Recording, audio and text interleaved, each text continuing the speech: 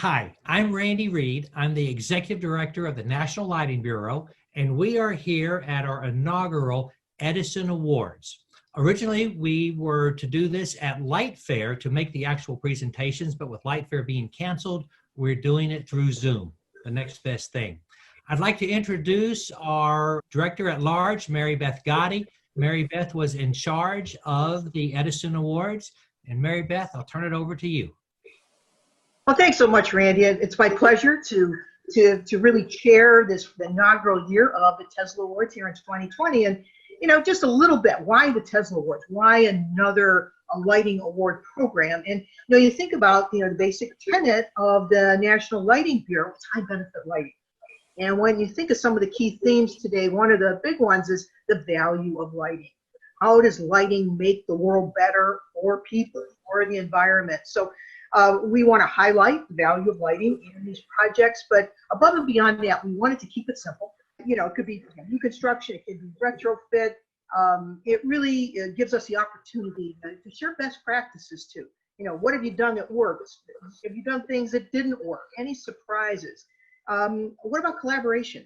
How do you, when you come up with the design, who else was involved in really, evaluating the project? So we're really pleased to be part of this, and we're looking forward to, again, fine-tuning it and getting better and better each year. I'd like to introduce our judges. We had 5 great judges. We had John Paul Friesenier from Lighting Research Center, Ruby Jadwit, who was a director of the NLB, Howard Lewis, vice chair, the NLB, Terry McGowan, the director, and then Jane Jordan, treasurer.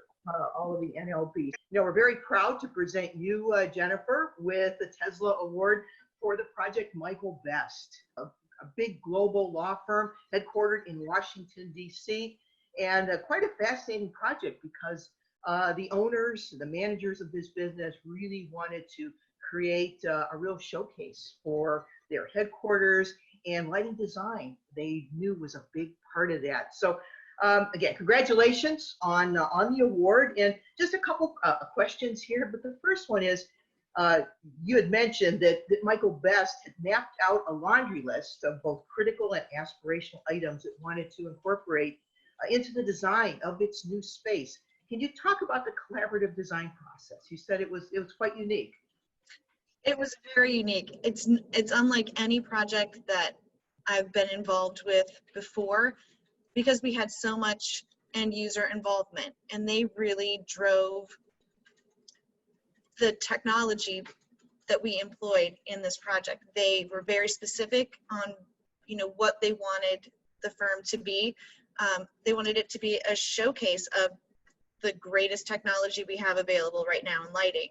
But they also wanted it to be an educational process for their employees. They wanted to make sure that people were able to function in a space. So they really collaborated with the manufacturer, with my office, with the general contractor to drive what they wanted on the project. And normally we don't see that much collaboration, but through every single step, there was communication. It sounds like the employees could choose the color temperature as well as intensity for like private offices, workspaces, conference rooms. What are the challenges when you're trying to implement a color tunable design? Any best practices you can share? So really the challenge is educating the people that are going to be using the space, right? You can have the most amazing technology, but if the people in the space don't know it exists or how to use it, it's wasted.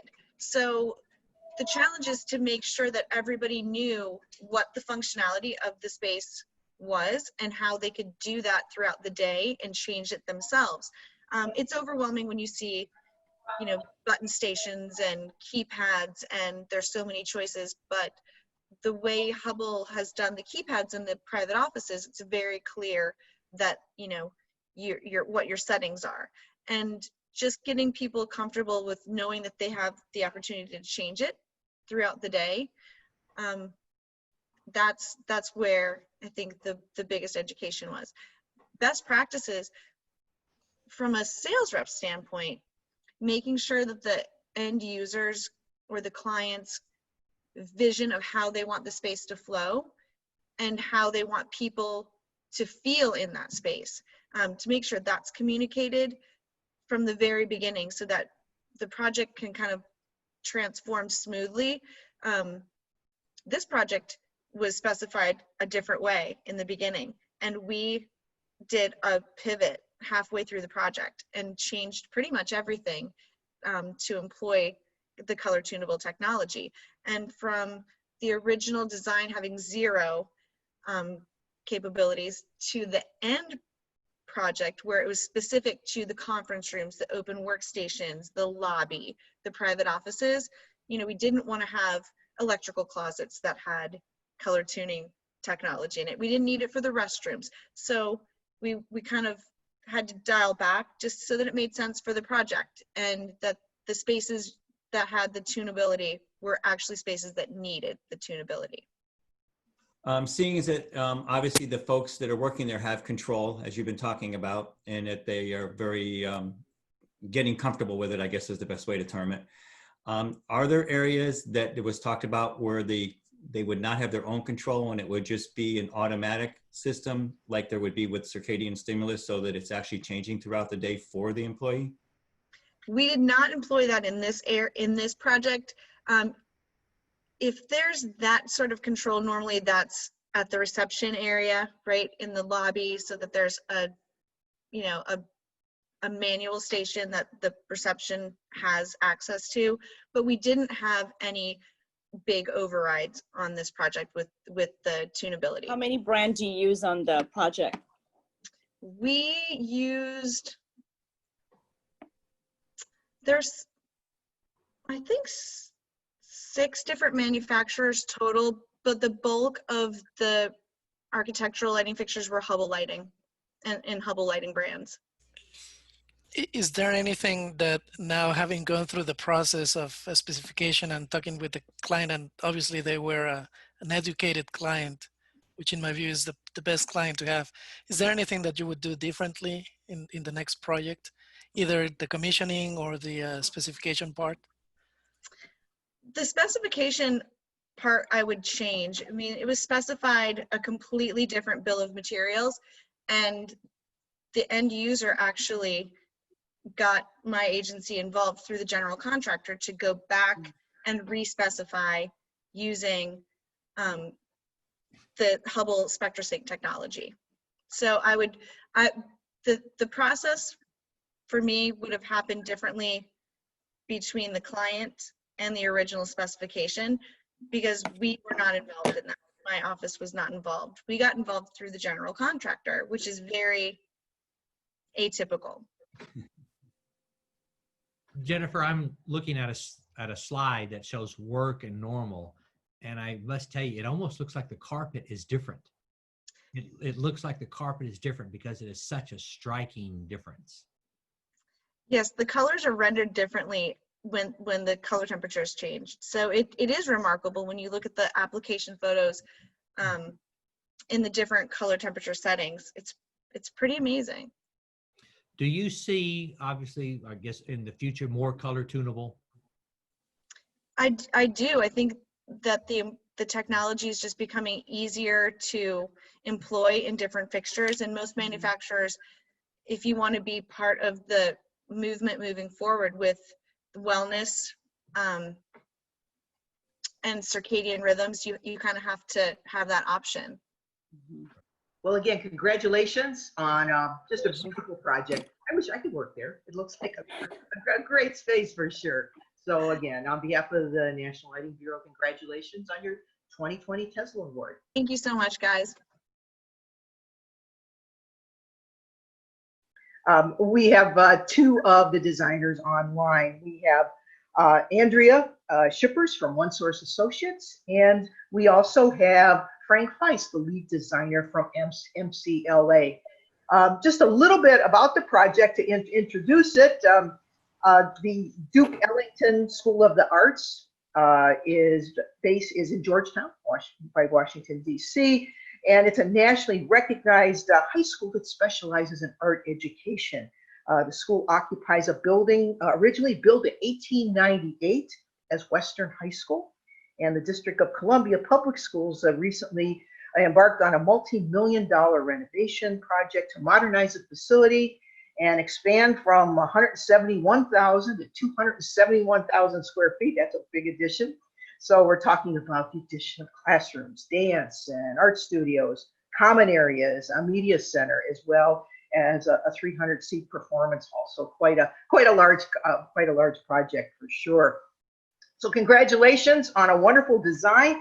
And just to get the discussion going here, just a question. The primary goal of the construction was to add new spaces and modernize the entire building, but the historic nature of this very unique facility was to be retained. And maybe you could talk a little bit about what special challenges this entailed. Like you mentioned, the school is in historic Georgetown, which is a really very old and quaint neighborhood in the heart of Washington, D.C. And it has a lot of neighbors who are concerned about keeping the property and the feel of Georgetown very nice and very beautiful, and sort of keep the historic nature of the setting of the location. So I think one of the big challenges, and I'm sure Frank at MCLA will address this too, was, you know, making sure that the school didn't impede on the neighborhood, that the lighting did not flow into the neighborhood and be disturbance. But I think we wanted to make sure the project invited passersby and neighbors in to feel like, this is an enhanced space, an enhanced building, without, you know, having light pollution for the neighbors to view or to be coming into the space, into the neighborhood. I think that was a big point of the design. And then, you know, the Fine Arts Commission in Washington, D.C. always has their eye on large construction projects, making sure that all the design decisions made are kept within historic agreements within the city. Frank, was there anything you wanted to add to that? Yeah, I mean, I would totally agree with that. I mean, part of the effect of that was really limiting what could be done on the exterior. The reason we have obviously two different designers from different companies here was the scope was partitioned, with MCLA working on the theater, sort of the pre-function area, and limited scope at the exterior. So what I can contribute regarding that is really about, there's kind of this elevated portico that's part of the building, the existing structure, and the architect's vision for that was to make it some kind of a lantern.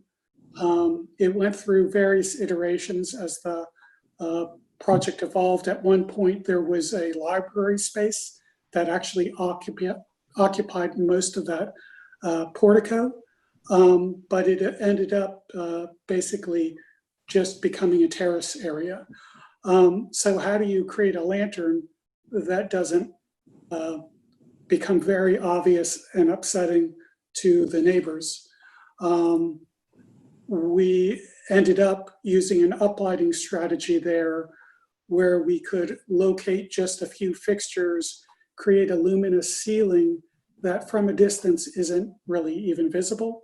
But as you approach it, so visitors to the property, that's when you really get that effect of seeing this glowing without, again, doing light pollution or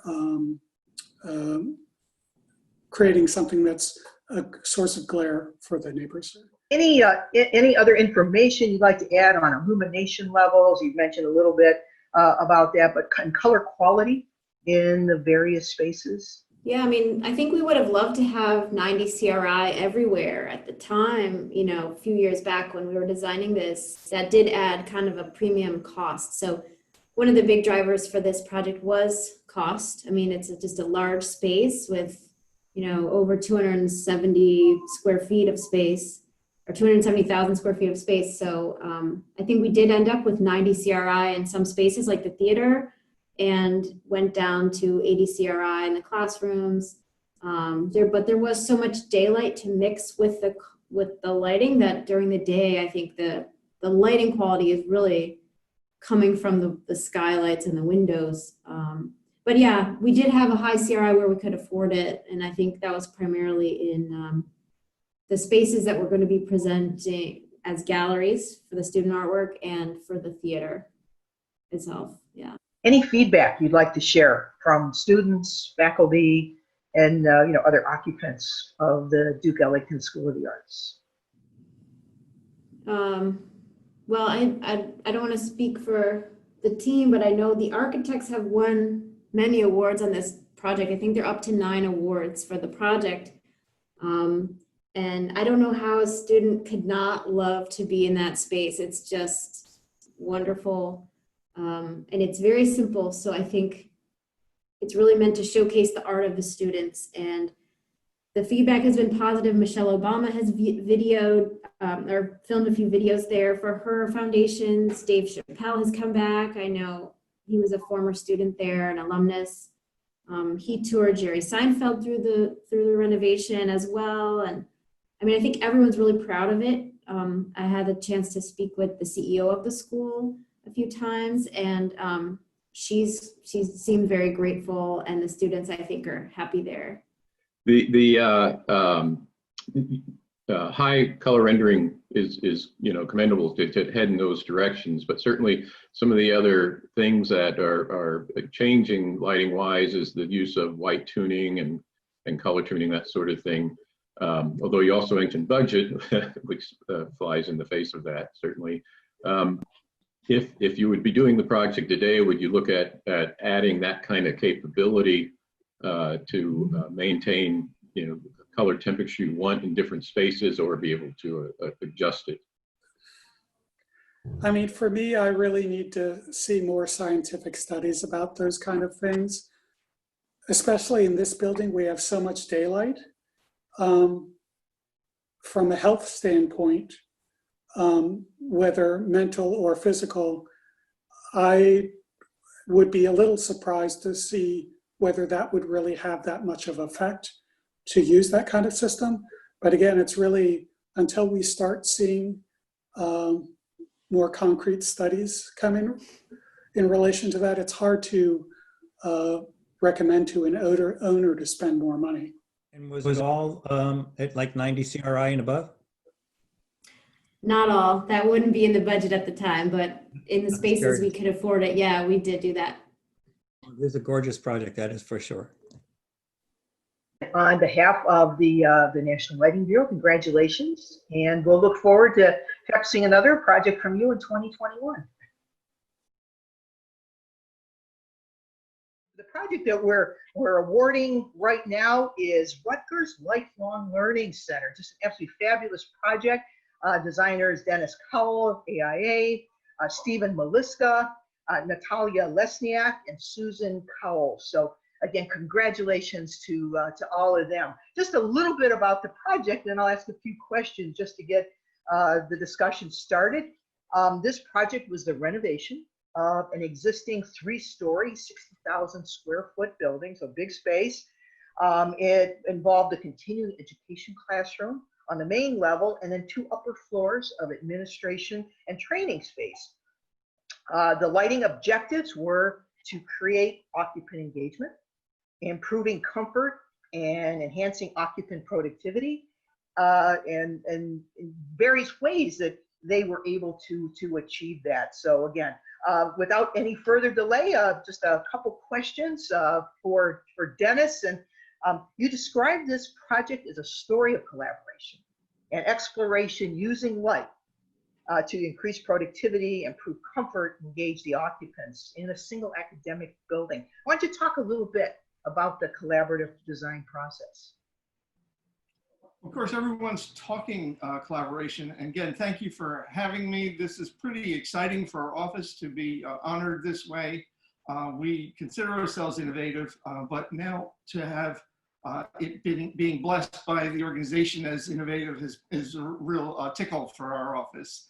The idea of collaboration is huge now. And it was thought that if you threw a bunch of people together in an open workspace, which the open desking concept that is really sweeping the world, that they would collaborate. I've researched it and they don't. It was thought that if you took the best people experts in the world and put them together with the best resources. If you look at Google's Aristotle project, that was their assumption. Put the best people together with the best resources and you will have a productive team. I researched that. You do not. It turns out that the intern team at Google Aristotle project outperformed the experts. So what made the difference? Well, it took the Gallup organization to figure this out.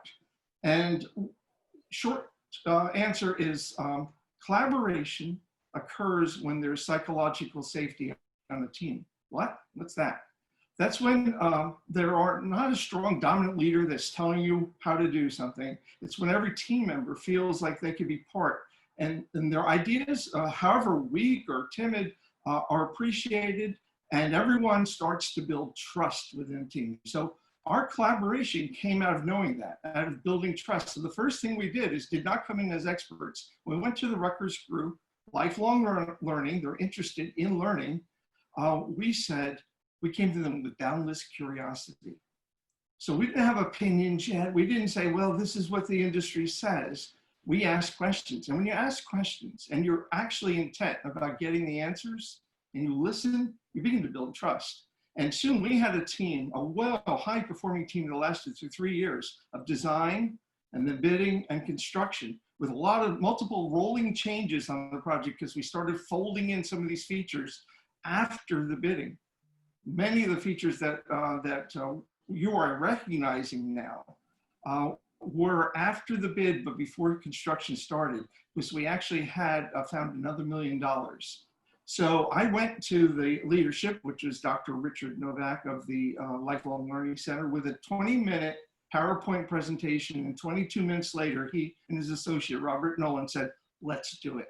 That's because we had built so much trust for the year prior of proving that we always presented credible information, never trying to push our agenda, but always listening for theirs. And because they wanted a healthy, comfortable, and productive building. And they saw that the research was there, that lighting plus the other features of the WELL building standard can actually impact the employees. So that's how we collaborated, but it didn't stop there. We constantly sold our message. We met with the potential employees that would be moving into the space.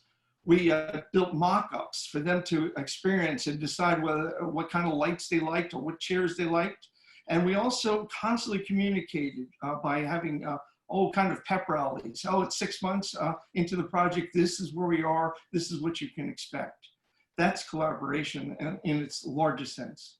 That's great. What were, again, the key, you talked about some of the key ways that you achieve comfortable lighting. Anything else you'd like to add on that? Yes, so we saved the highlights for corridors or cross aisles. So where we had high contrast is interesting, where you key light something. A plant wall, for example, or we have 3 plant walls and 1 moss wall. We have artwork. That kind of lighting we have, so that as you move through the building, I always call it like a movie. I don't want to be able to know the whole story from as the moment I walk onto a floor, see everything and be done. I like to explore. I like an adventure. I want a little mystery. And so we do actually have some corridors, not many, but these corridors are curved. You can't see down them, so to speak. You have to go around them to see what's at the other end. And every time we arrive at a visual point, we give you a focal point. Sometimes we highlight that with light. Sometimes it is a light, could be a natural light that you see. And then when you get to that point, there's a next mystery that we lead you to. So the building is about exploration. The light is used to many different ways to control that experience, from surprise to the work and task environment where you needed to have less surprise, so to speak. And the other ideas of comfort, of course, was glare control, that we had automated and manual shades with 95% light reduction, yet you can see clearly the beautiful woodland surroundings to this building. Again, your project submittal was so complete, but you included a post-occupancy survey. So you want to give us a quick summary of those results? Yeah, we waited 6 months to go back, and what our survey was not a written survey. We actually had a 2 to 3 hour meeting with the department heads, who then surveyed their departments to give us the skinny on the building.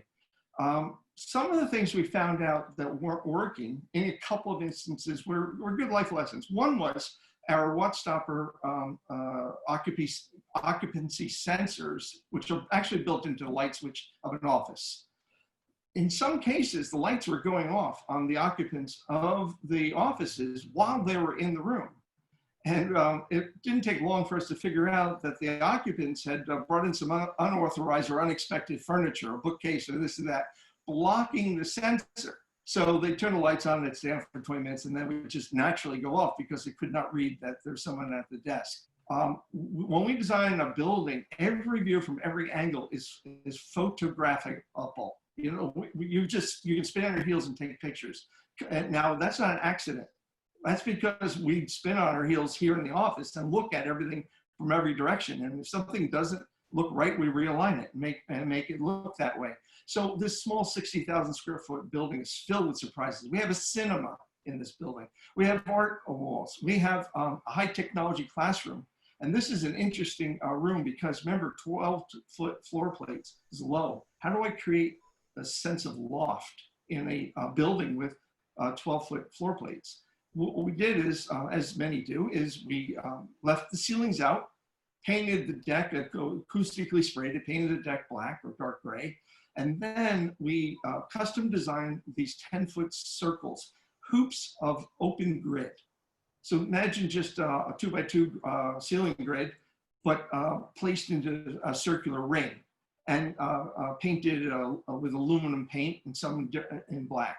And we hung them at different heights. The circles were actually some different sizes. And then we took wall washers, standard wall washers, and used them in a new way. We ceiling washed with them. We turned them horizontally and washed these rings with light. So now you're in this space. There are these kind of planetarium spheres above your head. And beyond that is darkness. And it gave the appearance of loft into the space. And that's how we use light to achieve that. Also, we put a truss system up to hang the projection screen. This was a high technology classroom with video conferencing and lots of monitors, lots of technology. So we wanted somehow for you to walk in and feel that. And one of the things we used was what's called truss warmers from the DJ industry, so to speak. We put LED lights at the base of the trusses and uplift them, giving it a kind of a space age look. When you go in, you go, wow, I'm gonna learn something. Well, at least that's my impression. So just, this is a point of curiosity more than anything else. Let's make believe that you guys had endless funds. Money was no object. If you had gone to a full 5-channel system, do you think that it would have made any difference in this particular application? Well, I do believe the studies and even the airlines. If you've done the international flights, some of the flights you'll notice, they hit you with blue light when you go on the plane, and when it's ready to fly overseas. You know, a wise international traveler leaving at noon goes right to sleep on that plane because you're going to be losing time. When you wake up, when you arrive, it'll be 8 a.m. You're going to be up for 36 hours. And so I noticed these international flights, they pull the shades, they have a blue light when you arrive, but by the time everyone's settled and we're in the air, we're over the ocean, the red light starts coming on. I think, you know, that what they're doing is taking very proven technology and biohacking us to help us go to sleep, reset the, you know, stimulate the melanopsin and getting us in our bodies thinking it's time to rest. And so I very much believe that it would improve the productivity in the future. I don't have at my fingertips all the research, but I will tell you, I read the research all the time. And the latest research that's shocked the world, rocked the world, came out of Harvard. They do a great job over there studying environmental health and studying business. And the research that came out that said that when a Fortune 500 company moved from basically cubicles and closed offices to the open desking environment, collaboration dropped by 50%. Now, they didn't survey people, that's subjective. They put monitors on the people. Monitors that will use Bluetooth technology, geosensing, use audio recording to say, they actually figured out the speech patterns, whether they're talking about family or talking about work. And they, with everyone's permission, they studied that move. And they did it again with another Fortune 500 company. And when those companies moved from their old environment to this new open desk concept, which was supposed to be collaboration, they found out that the collaboration went down. People would look up and just email the person across the room rather than going over and talking to them. One of the things we had in the project is a bubble wall. It's double sheets of Lexan filled with water and a bubbler at the bottom. It's basically 8x8 in a bent wing shape. And the bubbles come up from the bottom. You wouldn't see them except that we edge lit the bubble wall. And now these bubbles are like a flickering flame. And when people walk by, there's chairs there. They sit down and they stare at it just like a campfire. And the thing we noticed, and occupant surveys told us, is that then the next person stops. And pretty soon you have a little spontaneous meeting that you didn't expect around this flickering fire of bubbles going up. So we use light in every way that we could think of to engage, to increase productivity, to bring comfort, and to reduce stress. I thought the bubble wall was going to be a stress reliever when I put it in, just like a fireplace is. I don't know if I answered your question with science. I just answered it with opinion. No, that's perfect. And again, I mean, I was on a flight on an A380 to and from Abu Dhabi, and I experienced exactly what you were talking about. It was much more comfortable. Yes, again, but congratulations to you and your team on an exceptional project. And we look forward to seeing another project from you next year for the 2021 Tesla Award. Today, we'd like to recognize Kowal, who designed the lighting for Warner Brothers World at Abu Dhabi. And right now he's in the Netherlands. So a real international visitor. I mean, this is something we can do online that we could never do easily with a live event, that's for sure. So again, welcome Kowal. Just a little bit about the project. It's the size of 21 football fields, which is just staggering to me. It's the world's largest indoor theme park, and it consists of 6 different lands, if you will. And his firm was involved with overall site-wide lighting, so that really included everything from the thematic interior spaces, facades, landscaping, as well as infrastructure. So quite an extensive and complex and comprehensive job, that's for sure. Just to kind of get the ball rolling here a little bit, you mentioned that the design intent was to make all the sets appear as in the films.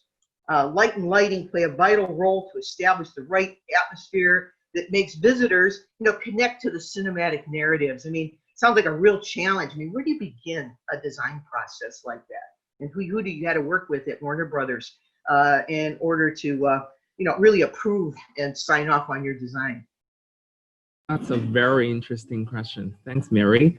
Since the spaces are heavily themed, it is no doubt that the initial design research process begins with watching a whole set of Warner Brothers superhero movies and cartoon animations in order for me to understand the multiple worlds and the storylines so as to establish appropriate design narratives.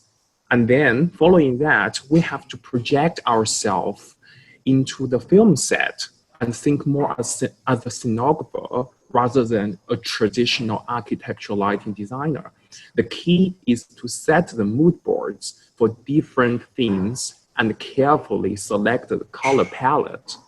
This sounds very abstract. Let's take the Gotham City as an example, where a lot of Batman and Justice League story sits. To translate the gothic and the dark theming from an intangible screen legacy, the strategy employs a very low ambient lighting approach. Then the carefully aimed, very sharp, crystal clear, very narrow beam angle focal glow will be enhanced by contrast and stood out. These lighting scenes help visitors to easily connect it with the Batman logo projected onto the dark sky of Gotham City, just like in the movie and in the film. Meanwhile, we systematically sort out the storyline in chronological order and select the finish and the style of the lighting from those particular times like Art Deco or Bohemian. So those sort of like physical connection and intangible connection with the film makes people really feel the atmosphere and the story and just get immersed with the film setting. Can you talk a little bit about how you created this illuminated visual hierarchy for the various lighting effects? We employed a luminance-based approach by taking both the light source and material reflectance into consideration. Visual hierarchy was achieved using various combinations of light and materials, that is, diffuse illumination on complex material compositions, different focal lighting components on uniformly finished materials, play of global mapping, or just the strategical use of accent lighting of varied hues and saturations. How do you balance lighting for entertainment, which is obviously exciting, and lighting for safety and security and typical visual tasks for patrons and employees who are working in the space? The scenes in many areas provide light for theming that are consistent with functional needs as well, because it's an indoor theme park. We're just changing the normal functional lighting into a particular style by retrofit it or add particular sparkle effects that fits for the theming we want to deliver. So the spaces are fairly easy to balance, but in areas with dark theme or dynamic effects that create a more fluid environment, we integrate the functional lighting more discreetly with our entertainment lighting scheme. Functional lighting and entertainment lighting are generally controlled separately throughout the whole spaces. Multiple scenes are pre-programmed for different use, that is on, off, performance, themed, maintenance, so that the right lighting can be provided depending on the purpose of use. Hi, it's Jim Yorgi, and what a marvelous project. Congratulations on this. And you talked about the importance of control and you know, both the entertainment style control and the architectural what I'll call the house lighting, but the overall ambient lighting and the importance of that integration. And was it integrated as well with the sound systems and security systems, both from a guest experience, but also from today's world? Unfortunately, the security issues in today's world. Was there integration with the lighting in that respect? Yeah, we basically work with a whole experience design team to trying to merge the lighting aspects, acoustic aspects, and also the building management system aspects all together in such a large assets, and trying to minimize the disconnection or the mis-synchronization between sound, light, and the security and general functional use. The whole system we employ are using the best system at that moment.